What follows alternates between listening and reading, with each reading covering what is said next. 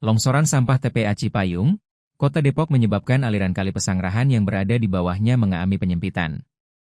Pantauan di lokasi, aliran kali Pesanggerahan di bawah TPA Cipayung hanya memiliki lebar sekitar 1 meteran saja.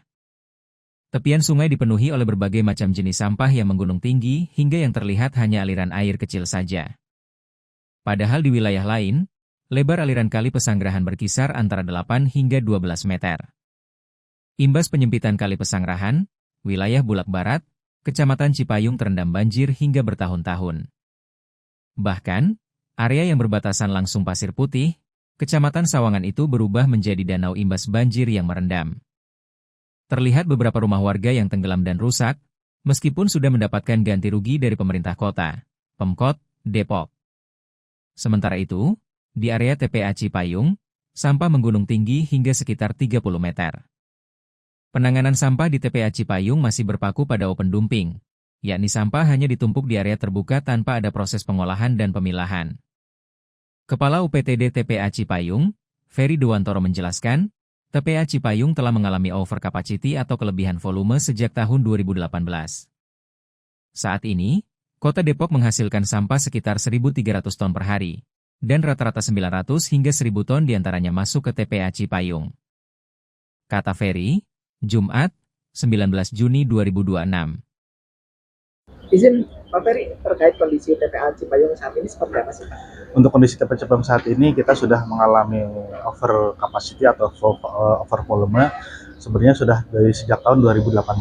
Namun demikian di tahun 2018 pun kita sudah melakukan berbagai upaya untuk menanggulangi masalah tersebut. Di antaranya kita sudah beraglomerasi dengan Kota Bogor, Kabupaten Bogor, Kota Depok dan Kota Tangerang Selatan untuk penanganan sampah, pengelolaan sampah di Lulut Nambon seperti itu. Namun demikian itu belum berjalan sesuai dengan yang kita harapkan bersama. Kemudian kita juga sudah melakukan upaya, waktu itu kita mendapatkan program dari Bappenas melalui Kementerian PUPR melalui program ISUMP. Kita rencananya akan dibangun pabrik pengelolaan sampah dengan kapasitas 300 ton per hari. Yang sampah diolah menjadi RDF seperti itu. Dan rencana itu sebenarnya sudah beroperasional di tahun 2025. Namun demikian dengan berbagai pertimbangan oleh pemerintah pusat, pengelolaan sampahnya dialihkan dari pengelolaan sampah melalui penanganan di hilir menjadi penanganan di sumber atau di hulunya seperti itu. Terus Pak Ferry, kalau untuk sekarang Pak Ferry, sampah yang ada di TPA Cipayung volumenya berapa Pak? Untuk di Kota Depok sendiri, timbulan sampah yang dihasilkan per hari oleh warga Depok berkisar sekitar 1.300 ton per hari. Untuk yang masuk ke TPA Cipayung sendiri antara 900 sampai 1.000 ton per harinya, rata-rata. Berarti untuk saat ini Pak Ferry, kalau untuk saat ini ketinggian sampahnya berapa Pak? Ketinggian sampah seperti kita lihat di belakang itu antara 25 sampai 30 meter di sisi tertentu ya, seperti di sisi area buangan. Nah, untuk sisi lain mungkin sekitar 15 sampai 20. Jadi sebenarnya ada tempat yang bisa kita maksimalkan untuk sampah itu untuk diratakan ke arah sisi-sisi yang nanti masih bisa kita gunakan seperti itu.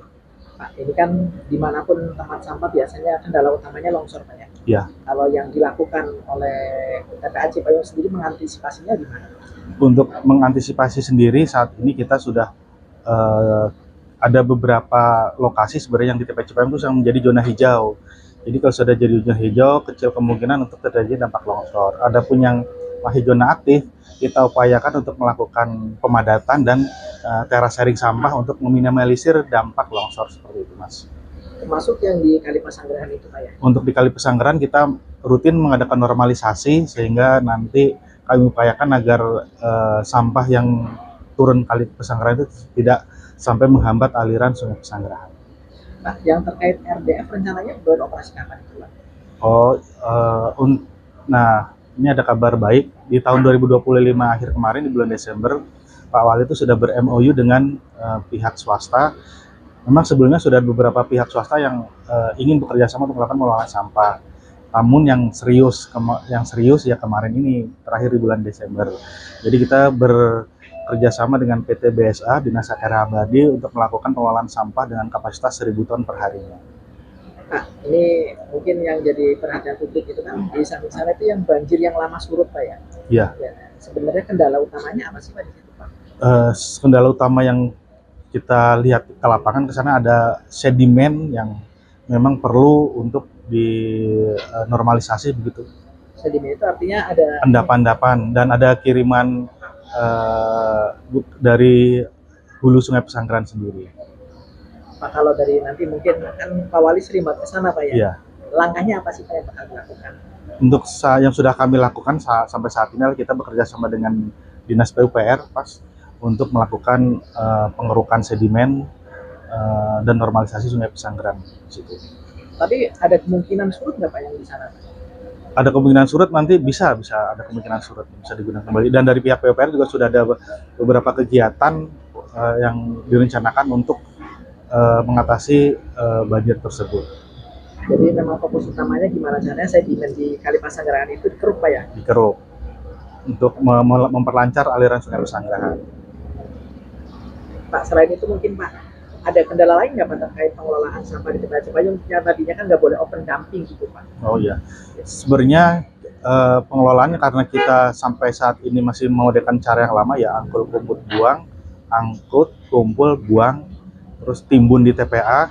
Nah, di tahun 2025 akhir kemarin yang tadi sudah saya sampaikan sudah ber-MOU, dan rencananya di akhir tahun 2020 ini sudah beroperasi, yaitu sampah itu nanti diolah Mas.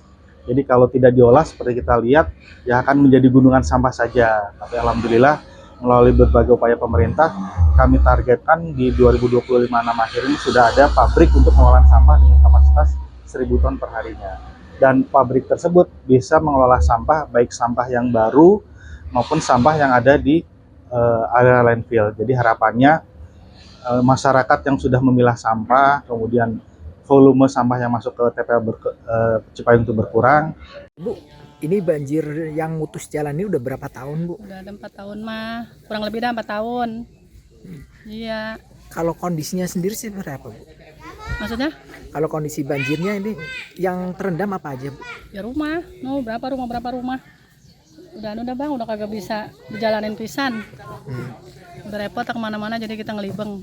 Terus dampak buat warga sendiri Bu, aktivitas terganggu Bu ya? Terganggu. Dari sono kemari yang nggak bisa, dari sini ke sono juga nggak bisa. Harus ngelibeng lewat Pakam, lewat Gang Alip. Itu yang Kemana-mana air sono lewatnya. tetangga-tetangganya Ibu berapa orang Bu yang dulunya tinggal di situ? Berapa orang di sini ya mah? Banyak ya? Ada 5 orang mah. Akhirnya mereka kemana Bu?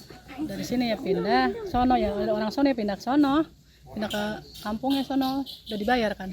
Udah dibayar semua tapi itu ya? Udah beres.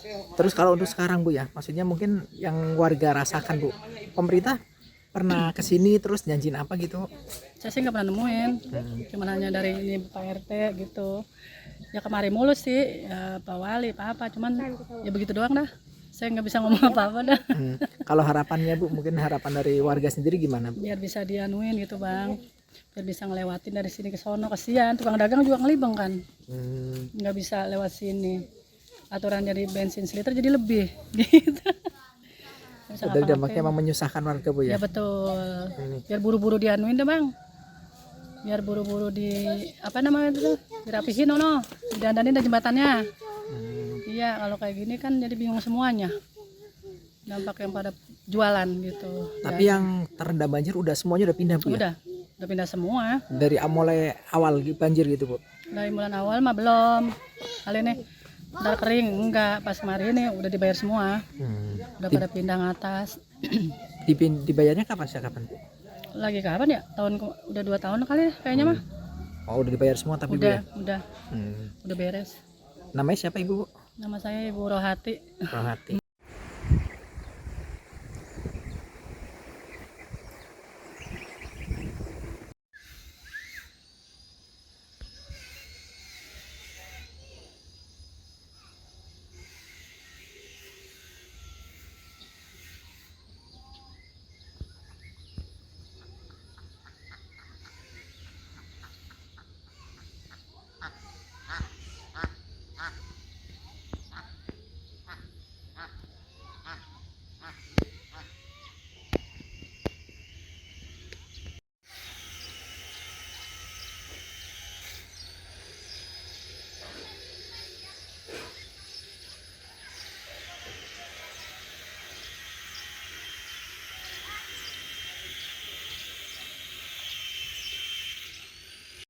Jadi ada beberapa zona sudah hijau.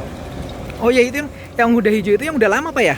Ini sih paling baru 2 tahun nih Mas nih. Sekitar 2 tahun. Yang sana? Mungkin di sana lebih lama tuh. Oh gitu Pak ya. Jangan lupa subscribe ya.